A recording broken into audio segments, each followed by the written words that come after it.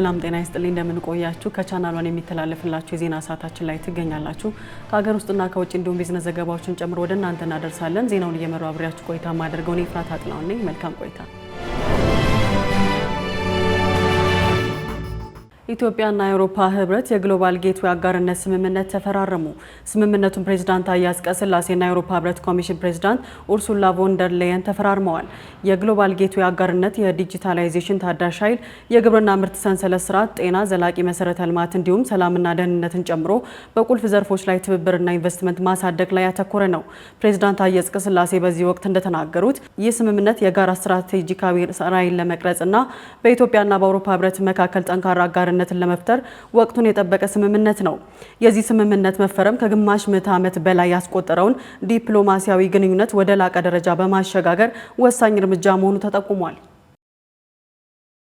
የአንድ መሶብ የአንድ ማዕከል ዲጂታል የመንግስት አገልግሎት የመጀመሪያ የሆነው የቦሌ ቅርንጫፍ አገልግሎት ጀመረ። አገልግሎቱን ያስጀመሩት የአዲስ አበባ ከተማ ከንቲባ ወይዘሮ አዳነች አቤቤ ናቸው።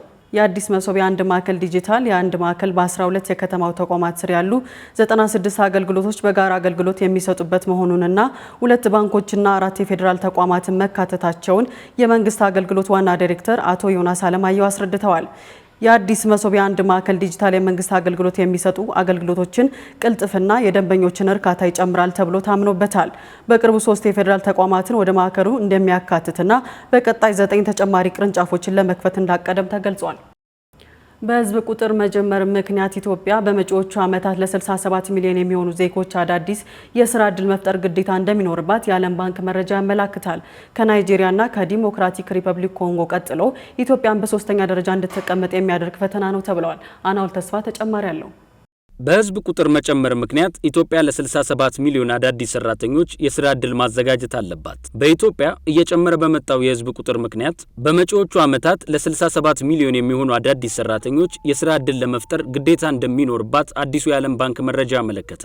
ይህም በአፍሪካ ከሳህራ በታች ካሉ ሀገራት ከናይጄሪያና ከዲሞክራቲክ ሪፐብሊክ ኮንጎ ቀጥሎ ኢትዮጵያን በሶስተኛ ደረጃ እንድትቀመጥ የሚያደርጋት ከፍተኛ ፈተና ነው። የዓለም ባንክ በሰጠው መረጃ መሰረት በኢትዮጵያ በተለይም እንደ አውሮፓውያን አቆጣጠር እስከ 2050 ዓመተ ምህረት ድረስ በ15 እስከ 64 ዓመት የዕድሜ ክልል ውስጥ የሚገኘው የስራ ዕድሜ ህዝብ ቁጥር እድገት እጅግ ፈጣን ከመሆኑ የተነሳ ይህንን ያህል ተጨማሪ የስራ ዕድል መፍጠር ይጠየቃል። ተቋሙ የዚህ ፈተና መክበድ ምክንያት ሲያብራራ የኢኮኖሚ እንቅስቃሴው አጥጋቢ ያለመሆኑና ፈጣን የህዝብ ቁጥር መጨመር መሆኑን አክሏል። ኢትዮጵያም ከናይጄሪያና ከዲሞክራቲክ ሪፐብሊክ ኮንጎ ከታንዛኒያና ከኡጋንዳ ጋር በመሆን በአፍሪካ ከሳህራ በታች የሚጠበቀውን አጠቃላይ የስራ ዕድል ፈተና ግማሽ ያህሉን የሚሸፍኑ 5 ሀገራት ውስጥ አንዷ ነች። የዓለም ባንክ ሪፖርት እንዳመለከተው አፍሪካ ከሳህራ በታች ባሉ ሀገራት ህዝቧ የሚፈልገውን ያህል ቋሚ ደሞዝ የሚያስገኝ ስራ ለመፍጠር እየተቸገረች ነው። ይህም ወደ ከፍተኛ የችሎታ በታች መስራት፣ ያለ ፍላጎት በግል ስራ መተዳደርና መደበኛ ባልሆኑ የስራ ዘርፎች መመደብ ምክንያት ሆኗል ሲል አስታውቋል። በኢትዮጵያ በሱስ ምክንያት የአእምሮ ጤና ችግር ከጊዜ ወደ ጊዜ የተስፋፋ መምጣቱን የጤና ሚኒስቴር አስታውቋል። በዓለም አቀፍ ደረጃ በየዓመቱ መስከረም 30 የሚከበረውን ዓለም አቀፍ የአእምሮ ጤና ቀንን አስመልክቶ የጤና ሚኒስትር ዴኤታ ዶክተር ደረጀ ዱጉማ እንዳሉት በኢትዮጵያ በሱስ ምክንያት የሚመጣ የአእምሮ ጤና ችግር ከጊዜ ወደ ጊዜ እየጨመረ መጥቷል። የዘንድሮ የአእምሮ ቀን የአእምሮ ጤና ሕክምና ተደራሽ ማድረግ በሚል መሪ ሀሳብ እንደሚከበር ገልጸው ቀኑ የጤና ችግሩን ያለባቸው ዜጎች ተገቢውን ሕክምና እንዲያገኙ በማድረግ ይከበራል ነው ያሉት።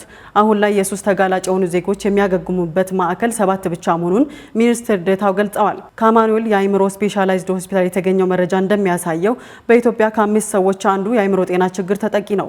ከዚህ ባለፈ ህመሙ ካለባቸው 100 ሰዎች 10 ብቻ ዘመናዊ ሕክምና ያገኛሉ ተብሎ እንደሚታመንና ቀሪዎቹ በባህልና መንፈሳዊ ሕክምና እንዲሁም ያለ ሕክምና በቤት ውስጥ ተደብቀው በየጎዳናው የሚዘዋወሩ ናቸው ተብሏል። የኢትዮጵያ ጉምሩክ ኮሚሽን ለ2 ድርጅቶች በአፍሪካ አህጉራዊ ነጻ ንግድ ስምምነት መሰረት ለመጀመሪያ ጊዜ የስሪት ሀገር ማረጋገጫ ሰርተፍኬት ተሰጥቷል። ይህ በእንዲህ እንዳለ የአፍሪካ ነጻ ንግድ ቀጠናን ስምምነት ወደ ሙሉ ትግበራ ለማስገባት የሚያስችል በንግድና ቀጠናዊ ትስስር ሚኒስቴር የሚመራ ብሔራዊ አስተባባሪ ኮሚቴ ተቋቁሟል። በኢትዮጵያ ሕግ መሰረት የሰዎችን ሚስጥርና ገመና ለሌሎች ሰዎች አሳልፎ ማውራት ወንጀል መሆኑን ስንቶቻችሁ ታውቃላችሁ? ሰዎች በተለያየ አጋጣሚዎች እስከ ቤተሰብነት የሚደርስ ወዳጅነት ይመሰርታሉ። በዚህም የወዳጅነት ዘመን መመካከር ለገጠሙ ችግሮች መፍትሄ ማበጀት፣ የልብን መንገር ብሎ ሚስጥር ማካፈል የተለመደ ጉዳይ ነው። ታዲያ በዚህ ወዳጅነት ውስጥ የሰማነውን ሚስጥር የተመካከርነውን ግላዊ ጉዳይ ለሌላ ሶስተኛ ወገን አሳልፎ መስጠት ወንጀል መሆኑን የኢትዮጵያ የወንጀለኛ መቅጫ ይደነግጋል። በተለይም ግለሰቡን ሆን ብለው ለማሸማቀቅ፣ ለማዋረድ፣ ተቀባይነቱን ለማሳጣት ብሎም በሰዎች ዘንድ ክብሩን ለመንካት በማሰብ ከተደረገ ስም የጠፋ ሚስጥር አደባባይ ዋላ የሚል ክስ መመስረት እንደሚቻልና በኢፌዴሪ የወንጀል ሕግ አንቀጽ 613/14 መሰረት እስከ 6 ወር በሚደርስ እስራት እንደሚያስቀጣ ተደንግጓል።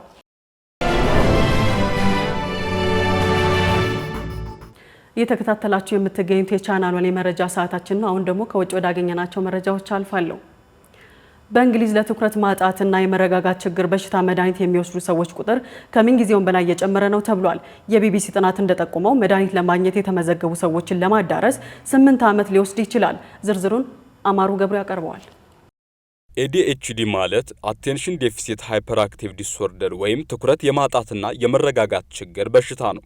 በዚሁ ህመም የሚጠቁ ሰዎች አንድን ነገር ጀምረው ለመጨረስ መቸገር፣ ትምህርት ላይ ግዴለሽ መሆንና ቀላል ስህተት መፈጸም፣ የማዳመጥና ትዕዛዝን የመቀበል ችግር፣ ትዕግስት ማጣት፣ መዘንጋት፣ እረፍት አልባ መሆን፣ በቀላሉ መበሳጨትና መናደር ነው። ህጻናት የሚይዙት የሚጨብጡት የሚጠፋባቸው፣ አንድን ነገር ጀምረው አፍታም ሳይቆዩ ሌላ የሚያምራቸው፣ መናገርና ለመጠበቅ ትዕግስት የማይኖራቸውና ችኩል ያደርጋቸዋል ተብሏል። በዚሁ የተነሳ መድኃኒቱን የሚወስዱ እንግሊዛውያን ቁጥር ከጊዜ ወደ ጊዜ እድገት አሳይቷል።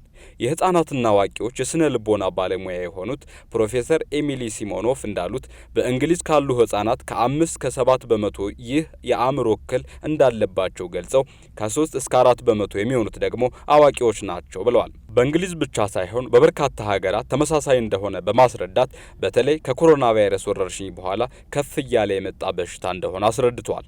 አሁን ላይ ለኤዲኤችዲ ጥቅም ላይ እየዋሉ ያሉ የህክምና መንገዶች መድኃኒትና ቴራፒ ናቸው። ይሁን እንጂ መድኃኒቱን ማግኘት አዳጋች ሆኗል። መድኃኒቱን ለማግኘት ሰዎች ተመዝግበው 8 ዓመት እንዲጠብቁ ሆነዋል ሲል የቢቢሲ ዘገባ ያመላክታል። በአሜሪካ ሰዎች ራሳቸውን ፍርድ ቤት ለመወከል ወደ ኤአይ ቻት ቦቶች የሰው ሰራሽ አስተውሎት መተግበሪያዎች እየዞሩ ነው። ቴክኖሎጂውን ተጠቅመው በመከራከር ያለ ጠበቃ ህጋዊ ጉዳዮችን እያሸነፉ ነው ተብሏል። ሊዲያ ዝናቡ ዝርዝር አላት። በአሁኑ ጊዜ በአሜሪካ የራሳቸውን የፍርድ ቤት ጉዳይ ለማስተናገድ ከጠበቃ ይልቅ እንደ ቻትጂፒቲ ያሉ የኤአይ ቻትቦቶችን እየተጠቀሙ ይገኛሉ።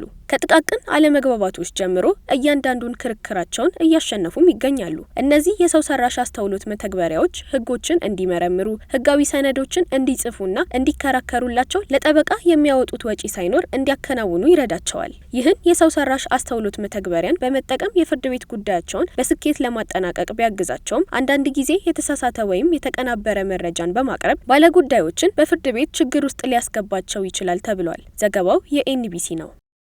ሳይደወልላችሁ የተደወለ መስሏችሁ ያውቃል? ተመራማሪዎች ይህን ሁኔታ አእምሯችን ከአዳዲስና ዘመናዊ ቴክኖሎጂዎች ጋር ለመላመድ የሚያደርገው ጥረት ነው ይሉታል። ማህሌት ደመላሽ ዝርዝር አላት። በአውሮፓውያኑ 2010 ሚካኤል ሮትበርግና ጓደኞቹ በታይዋን አንድ ጥናታዊ ምርምርን አሳተሙ። ይህ ምርምራቸው የጤና ባለሙያዎች ላይ የተሰራ ሲሆን በመጨረሻ ግን ግኝታቸው ለዓለም ሁሉ የሚሰራ መሆኑን አረጋግጠዋል። ነገሩ እንዲህ ነው። ሚካኤል በስራ ቦታ እያለ ተደጋጋሚ ጊዜ ስልኩ የሚጠራ እየመሰለው ለማንሳት ቢሞክርም ምንም የሚደርሰው ጥሪ ግን አልነበረም። ይህ ነገር ሲደጋገምበት ታዲያ አብሮት የሚሰሩት ጓደኞቹን ያማክራል። ይሄኔ ነው የእርሱ ብቻ ሳይሆን የሁሉም ገጠመኝ እንደሆነ የተረዳው። በጥናት ውስጥ ከተሳተፉት ባለሙያዎች ውስጥ 68 በመቶ የሚሆኑት ይህ ችግር እነሱ ላይም እንደተከሰተ አረጋገጡ። 13 በመቶ የሚሆኑት ደግሞ በየቀኑ የሚያጋጥማቸው እንደሆነ ተናገሩ። ከዚህ ግኝት በኋላ ተመራማሪዎቹ ተጨማሪ ጥናቶችን አድርገው ስልካቸውን በኪሳቸው የሚይዙ ሰዎች አእምሯቸው በስራ በሚጨናነቅበት ወቅት ተደጋጋሚ ሰውነታቸው የሐሰት የስልክ ጥሪዎችን እንደሚያደርሳቸው አረጋግጠዋል። ይህ ምርምር አእምሯችን ከአዳዲስና ዘመናዊ ቴክኖሎጂዎች ጋር ለመላመድ የሚያደርገውን ጥረትና የሚሰጠውንም ትኩረት ማሳየት የሚችል ነው ብለዋል። ካሊፎርኒያ በፋብሪካ የተቀነባበሩ ምግቦችን ከትምህርት ቤት ምግብ ዝርዝር በማውጣት የመጀመሪያዋ የአሜሪካ ግዛት ሆናለች። ሊዲያ ዝናቡ ዝርዝር አላት። ካሊፎርኒያ በፋብሪካ የተቀነባበሩ ምግቦችን በትምህርት ቤት ለተማሪዎች ማቅረብን የሚከለክል ሕግ በማውጣት የመጀመሪያዋ የአሜሪካ ግዛት ሆናለች። ህጉ እንደ ካንሰርና የስኳር በሽታ ያሉ የጤና ችግሮችን የሚያስከትሉ ጎጂ የምግብ ማጣፈጫዎችን እንዲሁም ከፍተኛ መጠን ያለው ስኳር፣ ጨውና ስብ ላይ ትኩረቱን ያደርጋል። ትምህርት ቤቶች እነዚህን በፋብሪካ በከፍተኛ ሁኔታ የተቀነባበሩ ለጤና አስጊ የሆኑ ምግቦችን ሙሉ ለሙሉ ለማስወገድ የ10 ዓመት የጊዜ ገደብ ተሰጥቷቸዋል። የግዛቱ የጤና ዲፓርትመንት በመጀመሪያ በ2028 በዚህ ምድብ ውስጥ የትኞቹ ምግቦች እንደሚካተቱ በትክክል የሚወስን ይሆናል። ይህ የሚደረገው ለውጥም በሁለቱም በዲሞክራቶችና በሪፐብሊካኖች የሚደገፍ ሆኖም ተገኝቷል። የህግ አውጪ አካላትም ሁሉም የፖለቲካ ቡድኖች ወላጆች ለልጆቻቸው ጤናማ ምግብ እንደሚፈልጉ ተናግረዋል። ዘገባው የኤንቢሲ ነው። አሁን ደግሞ ወደ ቢዝነስ ዘገባዎች አልፋለሁ። የተባበሩት አረብ ኤምሬት አየር መንገድ ኢታድ ወደ አዲስ አበባ ዕለታዊ በረራ ጀምሯል። የኢታድ ዋና ስራ አስፈጻሚ ጨምሮ ከፍተኛ ኃላፊዎች የመጀመሪያ በረራቸውን በትናንትናው ዕለት ወደ አዲስ አበባ አድርገዋል። ለእነዚህና ለሌሎች የቢዝነስ ዘገባዎች ማን ደመላሽ። የኢታድ አየር መንገድ ወደ አዲስ አበባ በረራ የጀመረው ባሳለፈው ዓመት መጋቢት ወር ከኢትዮጵያ አየር መንገድ ጋር ስምምነት መፈረማቸውን ተከትሎ ነው። ስምምነቱ የኢትዮጵያ አየር መንገድ ከአዲስ አበባ ቦሌ ዓለም አቀፍ ማረፊያ ወደ አቡዳቢ ዛይድ ዓለም አቀፍ አየር ማረፊያ እንዲሁም ኢታድ አየር መንገድ ከአቡዳቢ አዲስ አበባ ቀጥታ የበረራ አገልግሎት መጀመር የሚያስችል ነው። በበረራ ማስጀመሪያ ስነ ስርዓቱ ላይ የኢትዮጵያ አየር መንገድ ዋና ስራ አስፈጻሚ አቶ መስፍን ጣሰው እንዲሁም የኢታድ አየር መንገድ ዋና ስራ አስፈጻሚ አንቶናልዶ ኔቬስክ ተገኝተዋል። እነዚህ አዳዲስ በረራዎች በተለይም የቱሪዝምና የንግድ እድሎችን በማስፋት ለኢትዮጵያ ኢኮኖሚ እድገት ወሳኝ መሆናቸው ተጠቁሟል ሲል ኤፍኤምሲ ዘግቧል። ሌላኛው የቢዝነስ መረጃችን ህንድ ከሩሲያ ለምትገዛው ነዳጅ በቻይና ገንዘብ ወይም ዩዋን መክፈል ጀመረች።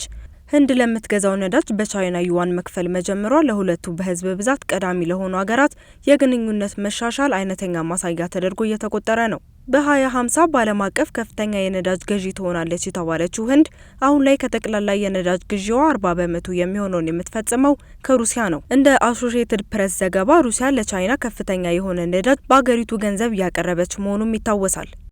የዕለቱ የመጨረሻው የቢዝነስ መረጃችን ታዋቂውን አሜሪካዊ ነጋዴና ደራሲ ይመለከታል። ታዋቂው አሜሪካዊ ነጋዴና ደራሲ ሮበርት ኪዮሳኪ ገንዘቡን በዶላር የሚቆጥብ ውሃ በላው እያሉ ነው።